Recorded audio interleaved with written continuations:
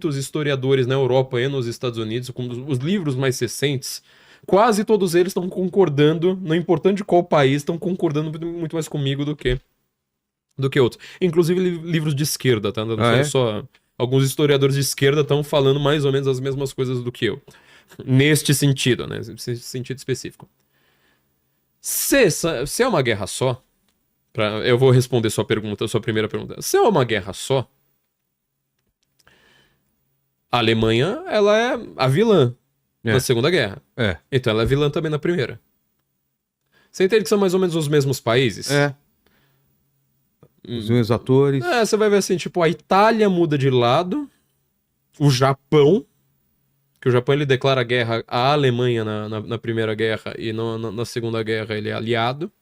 Mas o Japão, tipo, mas o Japão tá longe também, entendeu? Ele não entra na guerra pelas mesmas razões dos países ocidentais. Então, assim, a Alemanha, de fato, ela é culpada por 2 guerras mundiais, uma guerra só, né? E ela é a vilã absoluta do mundo. Eu estudei literatura alemã na faculdade, uma vez a gente estava estudando contos de fadas. E falando, né? Vamos estudar a história da Cinderela. Bom, a Cinderela, ela vai lá, tem toda aquela história lá, é o sapatinho.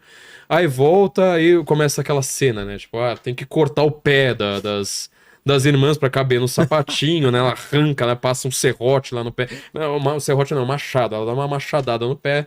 Quando você for princesa, você não vai mais precisar desse pé grande. Dá uma machadada no pé. Aí coloca o pé pra caber no sapatinho, né? Aí aqueles bichinhos que aparecem no filme da Disney, sabe? O ratinho, não sei mais o quê. Eles cantam uma música, né? Hut the Gluck, es ist Blutenschuck, né? Quer dizer, tem sangue no sapato. Eles começam a avisar, tem sangue no sapato. Aí o cara, nossa, tem sangue no sapato, então esse sapato não serve pra você. Aí vai outra, corta de novo. Ele fala assim, pera, meio... Deu uma dor no estômago, né? Ler a Cinderela aqui. A próxima. Não, agora vamos ler a Bela Adormecida. Bela Adormecida, se tiver criança vendo, pelo amor de Deus, tira as crianças. Vou contar o que eu lembro aqui de cabeça da Bela Adormecida, né? Tem toda aquela história lá, ela fica adormecida e tal, a princesa. Aí chega um príncipe caçador e olha pra aquela princesa e fica, assim, vamos dizer, apaixonado por aquele corpo. E aí ele, vamos dizer, ele faz amor com aquele corpo, já que ele reparou que ela dormindo, ela não diz, olha, tô com dor de cabeça. E aí ele fica viciado naquele negócio, todo dia no meio da caçada ele larga tudo, larga a mulher dele, porque ele é casado, né? Ele larga a princesa e vai lá, vamos dizer, né, dar um beijo de boa noite na Bela Adormecida e também outras coisas. Aí depois, né, tem uma hora que ela acorda e junta todas lá pra capar. Enfim, isso é a história da Bela Adormecida. A gente, assim, tipo, pelo amor de Deus, era pra ouvir história de conto de fada bonitinho. Meio infantil, assim, a gente sabe, todo mundo com o estômago meio revirado. Aí minha professora foi lá e falou assim, gente, este povo criou 2 guerras mundiais, os contos de fadas deles tinham que ser desse nível. E assim, eu lembro, porque assim, eu tava fazendo curso na época, falando, gente, essa discussão é mais grave do que eu tava pensando. Eu não vejo dessa forma, tá? Eu faço parte de uma minoria que não acha que as causas da Primeira Guerra Mundial são as mesmas da Segunda. Tá. A causa da Primeira Guerra Mundial, eu falei, essa confusão bizarra aí. A causa da Segunda foi o final da Primeira. Tá, isso... Entendeu? Por isso que eu dei toda essa volta aqui, né? Respondi a segunda pergunta primeiro. Tá. A causa da Segunda foi o final da Primeira. Segunda... Bom, terminando a guerra, tá? Pra dar um spoiler, né? O exército alemão, ele resolve e fala assim, alguma hora a gente tem que sair das trincheiras. Nada no front fala um pouco disso, né? Nada de novo no front, o filme. É o filme. O livro não tem nada não? a ver. Não, o livro não tem quase Sério? nada a ver com... Aliás, preciso reassistir essa versão nova aí do Nada de Novo no Front. Vale a pena, um filmaço. Tem meu ator preferido, que é o Daniel Brühl, que acho que o pai dele ou a mãe dele é brasileiro. Você achou o pôster dele, por favor? Eu não lembro se é o pai ou a mãe dele, mas algum dos dois é brasileiro. De São Paulo aqui. Ah, é? E ele fala espanhol porque... Ele fala umas 4 línguas também, né? Que nem o Tuti também. O Tuti fala 4 línguas. Mal. Eu E é o cara que faz conta mais rápido aqui Genial. Raiz quadrada de 497... Não terminei de falar. Mas eu fui rápido. Ele foi rápido. Foi rápido. Tá certo. Isso não dá pra negar uma coisa como essa, né? Mas vamos lá. Também o filme mostra isso, né? Que o filme tentou explicar por que eles fizeram diferente do livro, né? Porque precisava explicar o que era a porcaria da Primeira Guerra. Então ele mostra isso. Bom, a Alemanha sai das trincheiras e resolve atacar. Fala assim, vamos fazer a última operação aqui. Militar correndo, vamos atacar. Só que eles, mais uma vez, ficam cercados dentro da França, né? Acabam perdendo porque eles estão tomando tiro pra tudo quanto é lado. Só que o exército alemão ele não se rende.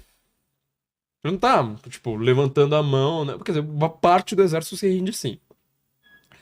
Mas alguns generais também vão lá falar assim, estamos assinando aqui, né? Assina num vagão de trem. Essa cena tem no Navigator Front. Assina num vagão de trem. Vai ser o mesmo vagão que vai ser transportado de caminhão Pra Berlim? Pra Berlim, pra Alemanha assinar a rendição no final da Segunda Guerra Mundial. Olha que simbólico o O negócio. mesmo trem, esse trem foi usado antes e depois também. Ele foi usado 4 vezes, agora eu não lembro em quais circunstâncias. O trem, ele era muito usado porque o trem, ele passa literalmente na fronteira. Tá. Então você faz o acordo na linha do trem. Ou pelo menos onde você consegue enxergar fisicamente que seja uma fronteira. Então era comum essa questão diplomática nos trens, não é nada de novo. O filme ele mostra muito isso, né? Eles chegam sempre em vagões de trem pra fazer uma coisa como essa. Eles mandaram o Lenin pra Rússia fazer revolução também no vagão de trem. Os generais assinam a rendição. Na verdade, políticos assinam a rendição. Com generais falando, não, eu continuo lutando. Só que assim, cara, você não tinha nem bala direito. Mas, sabe, você tava enchendo o saco. Não, esse daí é o antigão. Esse é o antigo. Tem o novo agora. Esse é o novo. Olha que legal. Recomendo muito. É sensacional. Essa você mandou bem, né? Você mandou um velho porque sabia falar. Cadê o novo? Já colocou o novo. Muito espertão, né? Quietinho, você já colocou os dois, né? Pra ter as duas opções já, pra não reclamar. Exato. O antigo também vale a pena. O antigo eu não vi. Mas o novo é melhor. E eles assinam o Tratado de Rendição da Alemanha. Aí entra o papel dos Estados Unidos. Aí entra de novo, por isso que assim, a gente tem que sempre falar. E você quer falar como foi esse acordo? O que era basicamente? Basicamente é o seguinte, né? Fazer um resumão muito grosseiro. Foi muito humilhante pra Alemanha? Muito. Porque assim, a Alemanha tinha que pagar basicamente as dívidas de guerra. Ou seja, essa guerra foi razoavelmente custosa. Não sei se você reparou. Lembra do fronte doméstico de novo. Ou seja, quem é que vai pagar? É o homem? Não, olha só, você tá colocando nas mulheres. Boa parte das mulheres vão agora ter que pagar mais imposto, né? Imposto do repolho, imposto, sabe? Sobre bens cada vez mais básicos. Caros. Que ficam caros. Elas super pobres, perderam a guerra, os filhos mortos, marido morto, pai morto, às vezes avô morto, e tendo que pagar. Não contente de ter que pagar, bom, a Alemanha agora não pode mais ser império. O Império Austro-Húngaro também. Você começa a desfacer lá todo aquele negócio, transformar tudo em democracia. Lembra que bem de quem é que vai surgir no poder logo logo. A Alemanha, pouca gente lembra também. A Alemanha foi dividida depois da Guerra Fria. Alemanha Oriental e teve uma divisão da Alemanha logo no final da Primeira Guerra também, porque teve uma revolução comunista na Alemanha com a Rosa Luxemburgo.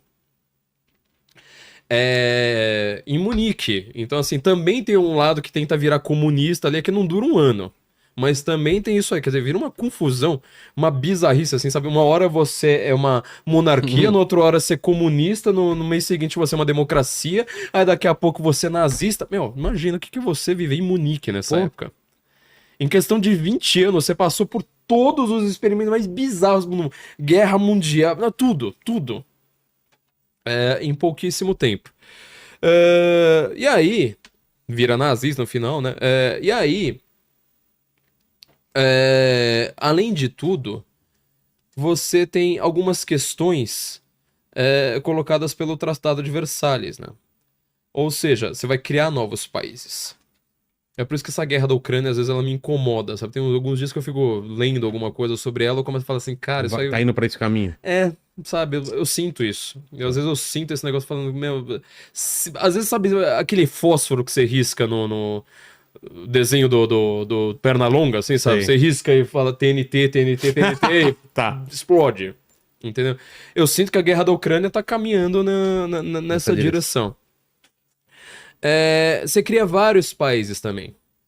Porque o Império Alemão, você viu o tamanho dele. Agora, tipo, a Alemanha, ela só os países que falam alemão, você cria a Tchecoslováquia, juntando os tchecos e os eslovacos, você cria a Bósnia, você cria a Síria, você cria não sei mais o quê. Áustria. A própria Áustria, que ela agora só fica circunscrita apenas à sua porção germânica, etnicamente e linguisticamente germânica. A Hungria, que ela era parte do Império Austro-Húngaro, agora você cria a Hungria. Boa parte desses países vira comunista também, ou vira meio proto-nazista. Tchecoslováquia, ela surge... Sabe qual que é o primeiro partido nacional socialista do mundo? Não. Nacional socialista, se você não sabe, né? É o nome comprido do nazismo, né? Nationalsozialisme Arbeiterpartei. É a Tchecoslováquia. É lá? É lá. E a Tchecoslováquia é um nacional-socialismo reconhecido pela Internacional Comunista? Sim. E ela é nacional-socialista no sentido nacional-socialista alemão? Sim, também. Que doideira. O Goebbels vai pra lá. Mas o Hitler não tinha uma treta com os comunistas? Ele não gostava de comunismo, né? Dos comunistas. Ele não gostava dos marxistas. Ah, é? Mas ele sempre se declarou um socialista, que ele não gostava. Aí começa a ter essa divisão entre socialista e comunista, né? Que eles falam assim, eu não acredito num comunismo internacional. Isso o Hitler nunca vai aceitar. Mas o Hitler sempre falou, meu esquema político, econômico, social, etc., é socialista. E o que é engraçado é que é um socialismo mais light, né? Porque ele ainda deixa ter empresa, etc. Mas é um socialismo mais light. Ele sempre se declarou socialista. Assim que ele assume o poder, a primeira cidade para a qual ele vai, ele já tinha morado lá, né? Que era Munique, foi onde que ele foi preso. E a Baviera, Munique é a capital da Baviera, que é o estado mais ao sul da Alemanha, mais rico também. A Baviera foi o único estado que não votou no Hitler.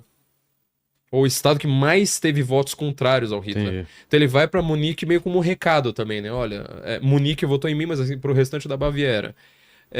Vou marchar aqui nas marchas hitleristas, né? Juventude hitlerista, aquelas marchas lá dos caras. Enchendo o saco pra falar assim, olha, apesar de vocês não terem votado em mim, agora vocês vão me obedecer.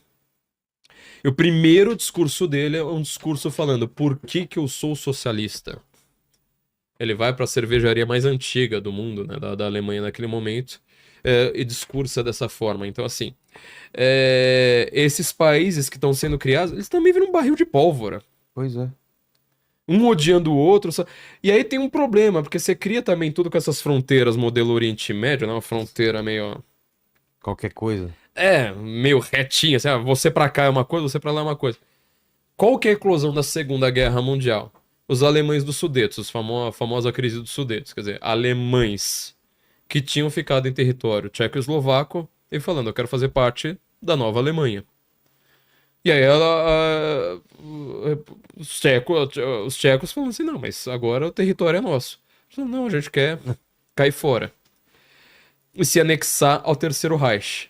Pô, imagina a tensão que foi um troço como esse. Então assim, eu tenho uma visão de que nada disso teria acontecido sem a Primeira Guerra Mundial. E eu não vejo a Alemanha da Primeira Guerra Mundial como uma Alemanha nazista, entendeu? E eu não vejo a solução que foi dada pelo Tratado de Versalhes, principalmente com a influência do Woodrow Wilson, como uma Alemanha, ou como uma solução adequada para a Europa. Não trouxe paz. Foi fundada a Liga das Nações naquele momento, que ela ainda era rudimentar, mas o que vai gerar a ONU futuramente. Também não trouxe paz nenhuma, se você acha que a ONU trouxe mas paz a gente olhando da agora pra trás, na época, era o que se dava pra fazer ou já dava pra se pensar em coisa melhor? Tinha outras alternativas? Primeira coisa melhor seria principalmente o Woodrow Wilson, que ele se sai, né, como o grande vencedor. O mundo do século XX é um mundo wilsoniano, né? Sim. Se ele não tivesse querido mandar em todo mundo. Tem um grande autor que eu gosto, o Erich von Kuehnelt-Leddihn, que ele é austríaco. Ele diz o seguinte: Woodrow Wilson ele não conseguia saber que existia uma diferença entre eslovenos e eslovacos. Mas ele foi fundar esses países. Você imagina, né? O cara chega aqui no Brasil, não sabe nem diferente de... Não, você agora vem pra cá. E Brasil. Então assim, o mundo de hoje ele tá num desarranjo muito grande, tá numa crise geopolítica constante, toda hora essa questão, mas será que vai ter guerra com a Rússia? Mas e a polarização política? Mas e o Trump? Mas não sei mais o quê. boa parte, para não dizer assim, 95 para mais desses problemas, se eles não têm uma origem na Primeira Guerra, foi algo que foi potencializado para essa guerra, materializado, né? Revolução Comunista, Liga das Nações, as entidades internacionais que hoje mandam nos próprios países. Você pode reparar, a Europa, com exceção justamente da Alemanha nazista, nenhum país europeu mandou em si próprio a perfeição depois dessa guerra. Porque você aparece lá com o primeiro Liga das Nações, daqui a pouco você vai surgir com o Plano Marshall, daqui a pouco você vai surgir com o Benelux, daqui a pouco você já está pensando em União Europeia, você está pensando em vários acordos internacionais. A Europa, ela não manda em si própria. E o que é engraçado é que os países poderosos dela, né, principalmente a Alemanha, Inglaterra e França, mandam muito mais em outros países do que neles próprios. Quer dizer, a política interna deles é um desarranjo absoluto neste momento. Mas, para os outros países, aí eles são, né, as grandes economias e potências políticas.